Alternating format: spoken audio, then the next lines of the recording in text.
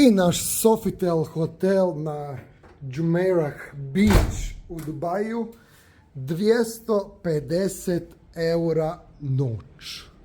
Toliko plaćamo ovaj hotel, 250 eura sa lijepim pogledom na plažu. Evo ga možete vidjeti. Krevet, kupaonica. O, pa vidi, ovdje su vrata, Andrea. Kako ne, pogledaj. Nije staklo. Opa. Ajde, uđemo unutra. I vidiš. Mogu te vidjeti.